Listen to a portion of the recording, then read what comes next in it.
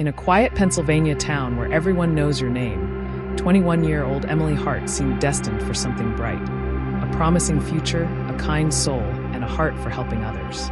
So when she vanished without a trace on a crisp October night, her disappearance did more than rattle her community.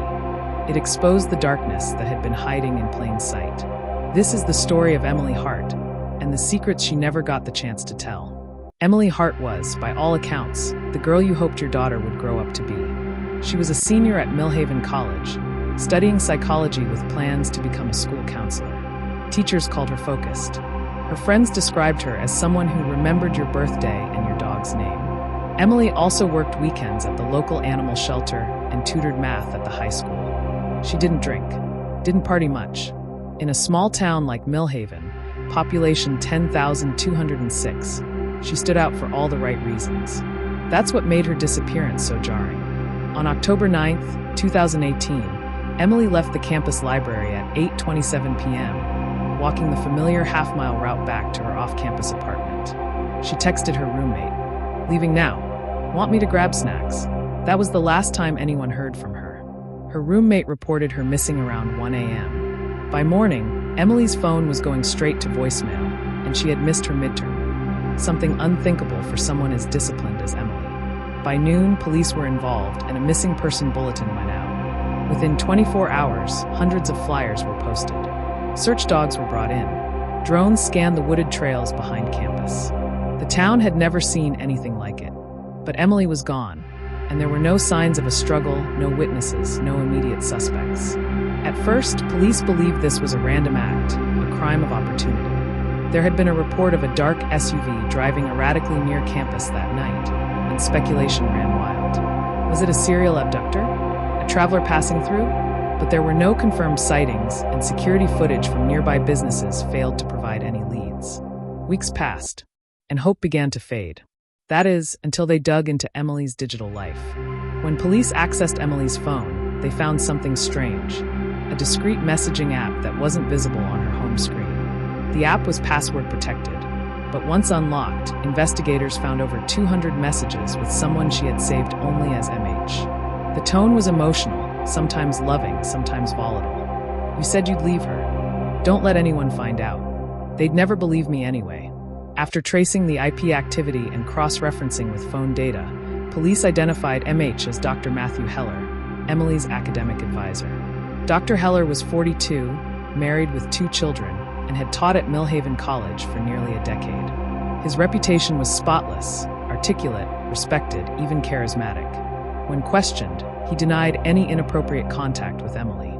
He said she was a bright student who had recently become emotionally unstable. But the evidence told another story. Police discovered GPS data showing Emily and Heller had met at a rural cabin multiple times.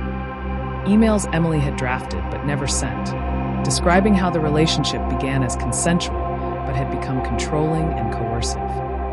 Texts in which Heller threatened to make things difficult if she spoke out. The power imbalance was undeniable, and Emily, it appeared, had been preparing to end it and report him. On the night she vanished, Emily was seen near a trail leading toward the woods, a shortcut she sometimes took to avoid the main road. Just off that trail, 10 miles north, sat the secluded cabin. When questioned again, Dr. Heller said he hadn't seen Emily in over a week, but GPS data from both phones placed them near the same coordinates, on the very night she disappeared. Search teams returned to the trail area, and after 3 days of combing through brush and shallow ravines, they found it. A partially burned pair of hiking boots covered in blood. DNA confirmed the blood was Emily's. Underneath the nearby soil, cadaver dogs hid on a scent. Emily's body was found buried in a shallow grave, wrapped in a tarp, less than a mile from the cabin. Confronted with the evidence, Heller confessed. He said Emily had threatened to go public, to expose him to the school and his wife. He panicked. He told investigators. It got out of hand. She wouldn't calm down. He struck her. She fell. He claimed he didn't mean to kill her, but autopsy results revealed signs of manual strangulation, suggesting a prolonged, intentional act. There was nothing impulsive about it. This wasn't just a tragic end to a relationship. It was a premeditated cover-up of abuse, power, and control. Emily's murder shattered Millhaven. The idea that a trusted professor, someone meant to guide and mentor, had manipulated and killed a student was devastating. Heller was sentenced to life in prison without parole. He showed no emotion as the verdict was read. Emily's parents later spoke to the press, saying, "She trusted the wrong person, but she tried to do the right thing. She just didn't get the chance." They established the Emily Hart Foundation, a scholarship for young women in small towns pursuing degrees in law, psychology, or education, fields where influence must never be abused. Emily Hart's story is a tragic reminder of how power can be wielded in the shadows, and how secrets, even in small towns, can destroy lives. She wasn't careless. She wasn't naive. She was brave. She tried to walk away. But some people only feel powerful when they take that choice from you. If you found this story powerful or important, consider subscribing to Dark Crime Chronicles. We bring real cases to light with empathy, honesty, and depth. Until next time, stay safe and stay aware.